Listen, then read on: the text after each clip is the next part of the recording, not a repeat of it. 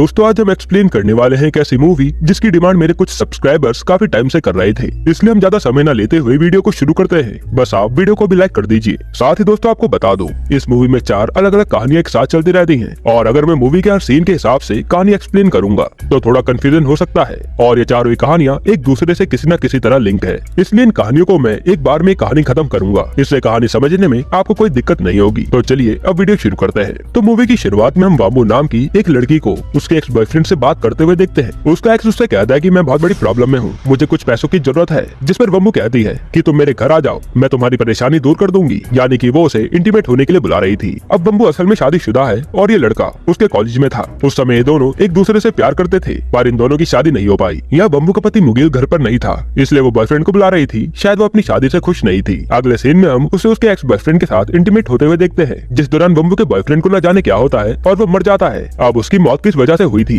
यह हमें आगे पता चलेगा, लेकिन उसकी अचानक मौत से वम्बू काफी ज्यादा डर गई थी। उसी वक्त उसका पति मुगिल बाहर से आ जाता है, जो कि जब ऊपर आ रहा था तभी उसका हाउस ओनर मुगिल को रोककर कहता है कि मेरे यहाँ एक फंक्शन है जिसमें कुछ ज्यादा गेस्ट आ गए हैं और मेरा घर उनके लिए छोटा पड़ रहा है, तो क्या तुम कुछ गेस्ट को अपने यहाँ रख सकते हो। मुगिल जवाब देता है हाँ बिल्कुल, आप भेज दीजिए, कोई प्रॉब्लम नहीं है। तो एक बुजुर्ग कपल और एक बच्चा मुगिल के साथ उसके घर के अंदर आ जाते हैं। इस दौरान जब मुगिल उन्हें पानी देने के लिए फ्रिज खोलता है तो उसमें वम्बू ने अपने बॉयफ्रेंड की लाश को छिपाया हुआ था, जिससे देख मुगिल बुरी तरह डर जाता है। वो इस बारे में जब वम्बू से पूछता है तो वो रोते हुए उसे सब कुछ बता देती है कि ये मेरा बॉयफ्रेंड था और जब मैं इसे इंटीमेट हो रही थी तो ये अचानक से मर गया, पर तुम चिंता ना करो, मैं पुलिस में सब कुछ बता दूंगी, तुम्हें कोई भी दिक्कत नहीं होगी। मुगिल उससे कहता है कि तुम मेरे पीठ पीछे ये सब करती हो, तुम्हारी वजह से अब मैं भी मुसीबत में फंस चुका हूँ। तुमने पुलिस को बताया तो हमारी कितनी बदनामी होगी जानती हो। मेरे माता पिता को तुम्हारी वजह से सर झुकाकर चलना होगा। अब बस एक ही रास्ता है, मैं तुम्हारी इस लाश को ठिकाने लगाने में मदद करूंगा और फिर हम डिवोर्स ले लेंगे। फिर मुगिल प्लान बनाता है कि हम इस लाश के छोटे छोटे टुकड़े करके कुत्तों को खिला देंगे। इसलिए वह चाकू वम्बू को देकर लाश को काटने के लिए कहता है, क्योंकि ये प्रॉब्लम उसी की वजह से खड़ी हुई है। वम्बू कोशिश तो करती है पर वो उस लाश को काट नहीं पाती। मुगिल भी कोशिश करता है मगर वो भी कुछ नहीं कर पाता। यानी कि अब इन्हें लाश को मेहमानों से बचाकर बाहर ले जाना होगा। इसके लिए दोनों ही लाश को एक गद्दे में पैक करके ऊपर से नीचे गिरा देते हैं। फिर मुगिल और कपल से कहता है कि हमें जरूरी काम से बाहर जाना होगा, आप अंदर से लॉक कर लो। इसके बाद मुगिल और वम्बू नीचे जाकर उस लाश को गाड़ी में रखते हैं और एक कब्रिस्तान में पहुंचते हैं। मुगिल देखता है कि यहाँ पर तो सीसीटीवी कैमरा लगा हुआ है, इसलिए लोग यहाँ लाश को नहीं दफना सकते थे। इसी बीच इन दोनों को एक पुलिस ऑफिसर बर्लिन देख लेता है। बर्लिन को उन पर शक होता है और वो इनका पीछा करना शुरू कर देता है। फिर मुगिल और वम्बू का अगला प्लान था कि वो इस लाश को रेलवे ट्रैक पर ट्रेन के सामने रख देंगे, जिससे सुसाइड या एक्सीडेंट का केस लगेगा। लेकिन ट्रेन आने में अभी 2 घंटे का समय बाकी था, इसलिए यहाँ दोनों बातें करने लग जाते हैं, जिससे हमें पता चलता है कि दोनों की अरेंज मैरिज हुई थी और दोनों ही शादी करना नहीं चाहते थे। फिर भी घर वालों के प्रेशर में आकर इन्हें शादी करनी पड़ी। दोनों ने आज पहली बार एक दूसरे से इतनी बातें की थी। अब ट्रेन आने वाली थी तो ये दोनों लाश को रखने जाते हैं। तभी बर्लिन इनके पास आ जाता है और इनसे कहता है कि तुम दोनों की पोल खुल चुकी है, तुमने इस आदमी को मार दिया है और अब इसकी लाश को ठिकाने लगाने के लिए निकले हो। फिर वो दोनों को लेकर एक वेयरहाउस यानी गोदाम में जाता है, जहाँ वम्बू बर्लिन से सब कुछ सच सच बता देती है। बर्लिन को वम्बू और मुगिल इस बात को छुपाने के लिए 8 लाख रुपए देने को तैयार थे, जो कि गहने वगैरह बेचने और बाकी जमा पूंजी वगैरह मिलाकर इनके पास यही था।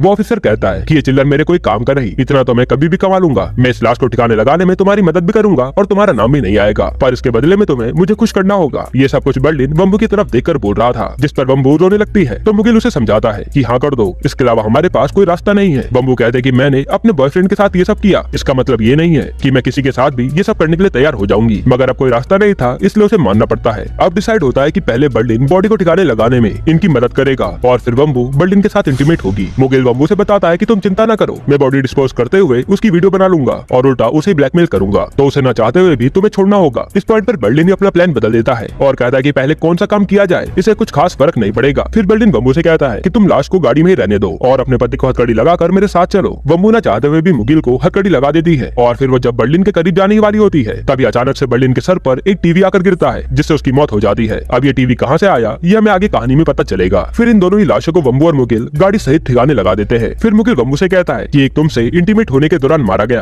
और एक इंटीमेट होना चाह रहा था तब मारा गया, ऐसा है तो मुझसे दूर ही रहना। उसकी ये बात सुनकर वम्बू हंसने लग जाती है। इसका मतलब ये था कि दोनों ही अपने रिश्ते को एक दूसरा मौका देने के लिए तैयार थे। अब दोस्तों अगली कहानी है एक ट्रांसजेंडर शिल्पा की, जो कि पहले मर्द था, फिर उसने अपना सेक्स चेंज करवा लिया और वो ट्रांसजेंडर बन गया। शिल्पा का एक बेटा भी है जिसका नाम रसू कुट्टी है। दरअसल 9 साल पहले शिल्पा अपने परिवार को छोड़कर मुंबई चला गया था और वहाँ अपना सेक्स चेंज कर लिया। बात करें रसू कुट्टी की तो उसके स्कूल के दोस्त अक्सर उसे टेस्ट ट्यूब बेबी कहकर चिढ़ाते हैं, क्योंकि उन्होंने कभी उसके पापा को नहीं देखा था, इसलिए वो तो बहुत ही बेसब्री से अपने पिता का इंतजार कर रहा था। पर जब शिल्पा यहाँ आता है तो उसका किन्नर का रूप देखकर सभी लोग दंग रह जाते हैं। उसकी पत्नी ज्योति, जो कि अपने पति की राह देख रही थी, उसको भी काफी बुरा महसूस होता है। हालांकि रसू कुट्टी काफी खुश था। यहाँ बाकी सभी लोग शिल्पा को काफी भला बुरा कहते हैं। अब रसू कुट्टी अपने स्कूल के दोस्तों को अपने पिता से मिलवाना चाहता था ताकि वो वो उसे टेस्ट ट्यूब बेबी ना बोले तो वो शिल्पा को लेकर बाहर निकलता है, जहाँ स्कूल जाते वक्त दोनों के बीच काफी बातें होती है। जैसे रसूकुट्टी शिल्पा से पूछता है कि मैं आपको पापा कहकर बुलाऊं या फिर मम्मी, और मुंबई में आप क्या करते हो। शिल्पा बताती है कि तुम जो चाहो वो बुलाओ, तुम मुझे मेरे नाम से भी बुला सकते हो। बाकी मुंबई में मुझे ताली बजाकर दुकानों से पैसे मिलते थे। अब ये ताली बजाने वाली बात रसूकुट्टी नहीं मानता, तो शिल्पा एक दुकानदार के सामने ताली बजाकर उससे पैसे लेकर दिखाती है, जो देख उसका बेटा काफी खुश होता है। रसूकुट्टी को इस दौरान टॉयलेट लग जाती है, तो शिल्पा उसे एक पब्लिक टॉयलेट में ले जाता है, जहाँ पर अचानक से जिप बंद करने के दौरान रसूकुट्टी की चैन फंस जाती है, जिससे शिल्पा निकालने की कोशिश करने लग जाता है। इस दौरान शिल्पा को एक पुलिस कांस्टेबल देख लेता है, जो कि शिल्पा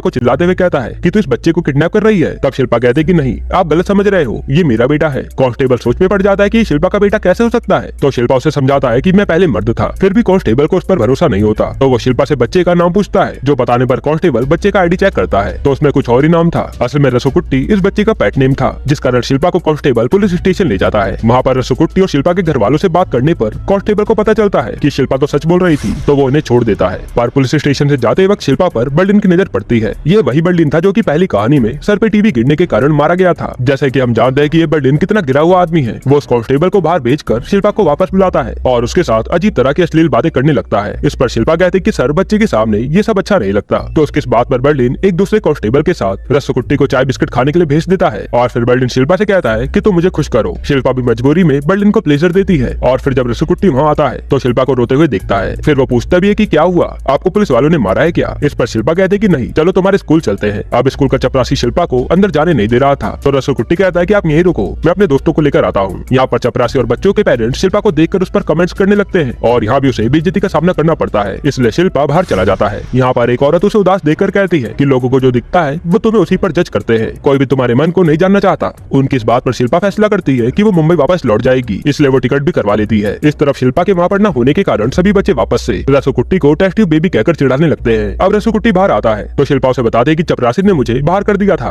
इस पर रसूकुट्टी पूछता है कि अब आप कहाँ जा रही हो, और मैं तुम्हें अपने दोस्तों से फिर कभी मिलवा दूंगा। इतना कहकर वो शिल्पा के साथ आगे बढ़ जाता है। फिर बाजार में रसूकुट्टी कहीं गायब हो जाता है, और शिल्पा हर जगह उसे ढूंढने लग जाती है, मगर वो कहीं मिलता नहीं। फिर थकार कर शिल्पा पुलिस स्टेशन पहुंचकर बर्लिन से कहती है कि मेरा बेटा कहीं गायब हो गया है, उसे ढूंढ दीजिए। लेकिन बर्लिन उसे फिर से वही सब करने के लिए कहता है। फिर जब शिल्पा नहीं मानती तो उसे मारता है, और साथ ही शिल्पा का बाल पकड़ता है, जो कि नकली होने के कारण बर्लिन के हाथ में आ जाते हैं। यहाँ शिल्पा आखिरकार गुस्से में बर्लिन को एक जोर की लात मारता है, और फिर वो बर्लिन के सर पर हाथ रखकर श्राप देता है कि तेरी मौत जल्दी होगी। इसके बाद पुलिस वाले शिल्पा को पकड़कर बाहर कर देते हैं, और बर्लिन हंसते हुए कहता है कि जब मुझे मेरी बीवी के श्राप से कुछ नहीं हुआ तो इसका श्राप मेरा क्या बिगाड़ लेगा। अब दोस्तों ये तो हम जानते ही है कि शिल्पा का श्राप काम कर गया और बर्लिन अचानक से मारा गया। आगे बाहर निकलकर शिल्पा रो रही होती है, तभी एक आदमी उसे आकर कहता है कि तुम्हारा बेटा घर पर है। तब शिल्पा तुरंत घर पहुंचती है, जहाँ रसूकुट्टी को देखकर वो उसे काफी प्यार करती है। फिर वो रसूकुट्टी से सवाल करती है कि तुम ऐसे क्यों चले गए थे। तब रसूकुट्टी कहता है कि ठीक हमें भी 9 साल पहले आपके बगैर ऐसा ही लगा था, और अब आप दोबारा लौटे हो तो फिर से वापस जा रहे हो। मैंने आपको टिकट लेते हुए देख लिया था। ये सुनकर शिल्पा उसे गले लगा लेती है, और अब जब उसके बेटे और उसकी बीवी ने उसे एक्सेप्ट कर लिया था तो शिल्पा सोचती है कि वो अब दुनिया की फिक्र नहीं करेगी, और वो अब यहीं पर रुक जाती है। और यहीं पर इस कहानी की भी हैप्पी एंडिंग होती है। अब दोस्तों अगली कहानी है 5 दोस्तों की। इनमें से 4 दोस्त यानी कि सूरी, गाजी, मोहन और वसंत एक जगह मिलकर ब्लू फिल्म की डीवीडी खरीदते हैं, जिसे ये अपने दोस्त अब्दुल के घर देखने वाले थे, क्योंकि उसके घर आज कोई नहीं था। अब जैसे ही फिल्म चालू होती है वैसे सूरी चिल्लाने लगता है कि इसे बंद करो, इसमें तो मेरी माँ है। फिर वो गुस्से में टीवी को तोड़कर यहाँ से रोते हुए चला जाता है, जिसके पीछे मोहन उसे समझाने के लिए जाता है। इधर अब्दुल की हालत इस कारण खराब होती है क्योंकि सूरी ने उसकी टीवी तोड़ दी थी, जो बात अगर उसके पापा को पता चली तो वो उसे अच्छे से तोड़ेंगे। यहाँ वसंत और गाजी उसे हौसला देते हैं। अब इनके पास एक ही चारा था कि ये लोग अब्दुल के पिता के आने से पहले ठीक ऐसा ही नया टीवी लाकर रख दें, लेकिन इसके लिए पैसों की जरूरत थी, और पैसों के लिए ये लोग एक लोकल डॉन के पास आ जाते हैं। वहाँ ये तीनों उससे कहते हैं कि हम आपका एहसान कभी नहीं बोलेंगे, पर क्या आप हमें कुछ पैसे दे सकते हो, हमें टीवी लेना है। वो डॉन जवाब देता है कि ठीक है,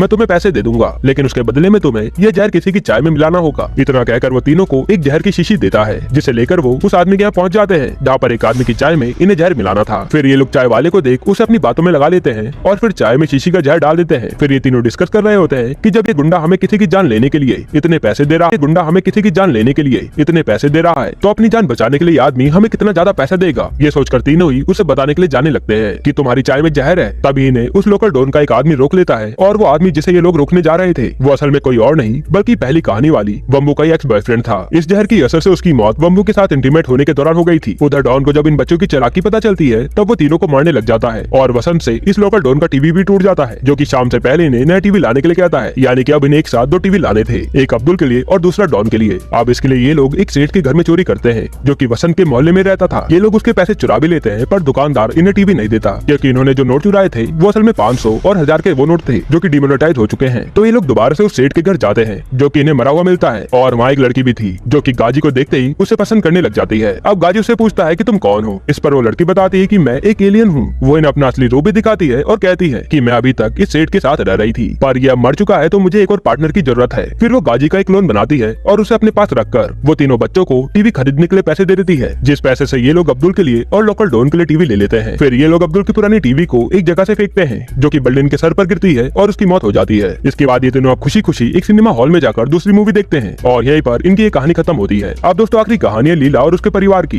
ये असल में सूरी की माँ लीला थी जिसे सूरी ने जब ब्लू फिल्म में देखा तो वो आग बबूला हो गया। मोहन के समझाने पर भी वो नहीं समझा और उसने अब मन बना लिया था कि वो अपनी माँ को मार देगा। इसके लिए वो घर आकर एक स्क्रू ड्राइवर लेकर अपनी माँ को मारने के लिए बढ़ता है पर सीढ़ी पर फिसल जाने के कारण ये स्क्रू ड्राइवर उसे ही लग जाता है, जो देखकर लीला तुरंत उसे एक अस्पताल में लेकर जाती है। तब लीला को पता चलता है कि सूरी का ऑपरेशन करना होगा और इसके लिए वो अपने गहने बेचने चली जाती है। दूसरी तरफ हम सूरी के पिता अर्पितम को देखते हैं जो कि एक बार जीसस के एक स्टैचू के कारण सुनामी से बच गया था। तब से वो क्रिश्चियन में कन्वर्ट हो गया और एक प्रीस्ट बनकर उसी जीसस की मूर्ति के सामने अपनी प्रार्थना करने लगा। लोगों को भी लगता है कि उसके प्रेयर्स में कुछ तो बात है, इसलिए वो अपनी बीमारी या प्रॉब्लम्स को उसके सामने लेकर आते हैं और उसके कई सारे फॉलोअर्स भी हैं। अर्पितम को लगता था कि भगवान खुद ही कोई चमत्कार करते हैं। फिर अपनी बेटी की हालत का जब उसे पता चलता है तब वो सूरी को लेकर यहाँ आ जाता है और सूरी को जीसस की मूर्ति के सामने रखकर कहने लगता है कि जीसस मेरे बेटे को ठीक कर दो। फिर ये बात जब लीला को पता चलती है तो वो कुछ लोगों को लेकर यहाँ आती है। अब भला अर्पितम को कौन समझाए कि भगवान लोगों की मदद खुद नहीं करते बल्कि वो लोगों को परेशानी का सामना करने की ताकत और जरिया देते हैं उसमें से निकलने का। यहाँ से सूरी को लेकर लीला एक बड़े हॉस्पिटल में जाती है और वहाँ जो पैसे लीला के पास थे वो कम पड़ रहे थे, इस कारण डॉक्टर्स उसका ऑपरेशन करने से मना कर देते हैं। अर्पितम के पास भी पैसे नहीं थे इसलिए वो बस जीसस से प्रेयर ही करने में लगा था। तभी उसकी अंतरात्मा खुद अर्पितम से कहती है कि क्या यह पत्थर की मूर्ति तुम्हारी समस्या हल कर देगी। इस पर अर्पितम को एक दिन पहले की बात याद आती है जब उसकी मुलाकात शिल्पा से हुई थी और वो अपने बेटे को हर जगह ढूंढ रही थी। शिल्पा को जब पता चलता है कि अर्पितम एक प्रीस्ट है तो वो उससे कन्फेस करती है कि मैं मुंबई में माफिया लोगों को बच्चे सप्लाई करती थी जिनकी वो लोग आंख निकाल लेते थे या हाथ पैर वगैरह काट कर उनसे भीख मंगवाते थे। शायद उसी पाप की सजा आज उसे मिल रही है। वो कहते कि मेरा बच्चा खो गया है और मुझे मिल नहीं रहा है। इस पर अर्पितम कहता है कि तुमने जो किया है वो बहुत बड़ा पाप है लेकिन फिर भी तुम अपने भगवान से माफी मांगो, शायद वो तुम्हें माफ कर दे। इस पर शिल्पा कहते कि सुनामी के दौरान मेरे जानने वाले सभी लोग मारे गए थे पर एक मूर्ति के कारण मेरी जान बच गई। अब वो मूर्ति कहाँ होगी मुझे नहीं पता पर मुझे अगर भगवान ने बचाया है तो इसका कोई मतलब नहीं बनता। शायद उस समय मेरी किस्मत अच्छी थी। अब ये दोस्तों वही मूर्ति थी जिसकी वजह से अर्पितम भी बचा था पर उसने उस मूर्ति को भगवान बना लिया और उसे पूजने लगा। यहाँ उसे खुद ही अपनी गलती का एहसास होता है और उस मूर्ति को तोड़ देता है। तभी उसमें से कीमती हीरे बाहर निकलते हैं, मतलब कि ये मूर्ति कहीं और से बहकर आई थी जिसमें खजाना था। इन हीरो को बेचकर अर्पितम अपने बच्चे का ऑपरेशन करवाता है जिससे अब सूरी खतरे से बाहर था। लीला अर्पितम से पूछती है कि उस दिन अगर इस मूर्ति की जगह कोई टेडी बियर होता तो क्या तुम उसकी भी पूजा करने लगते। ये बोलकर वो अर्पितम को सोच में डाल देती है और अर्पितम अपने अंधविश्वास को छोड़ देता है। आगे सूरी की बातों को जवाब देते हुए लीला उसे कहती है कि ये मेरे लिए एक जॉब की तरह है, वो मेरी प्रोफेशनल लाइफ है जो कि मेरी पर्सनल लाइफ से बिल्कुल अलग है, तो हमें किसी को इतनी जल्दी जज नहीं करना चाहिए। यहाँ सूरी अपनी माँ को माफ कर देता है और ये आखिरी कहानी भी हैप्पी नोट पर खत्म हो जाती है। दोस्तों आपको ये मूवी कैसी लगी हमें कमेंट में जरूर बताइएगा और अगर आपको एक मर्डर मिस्ट्री मूवी देखनी है तो आप ये वीडियो देख लीजिए।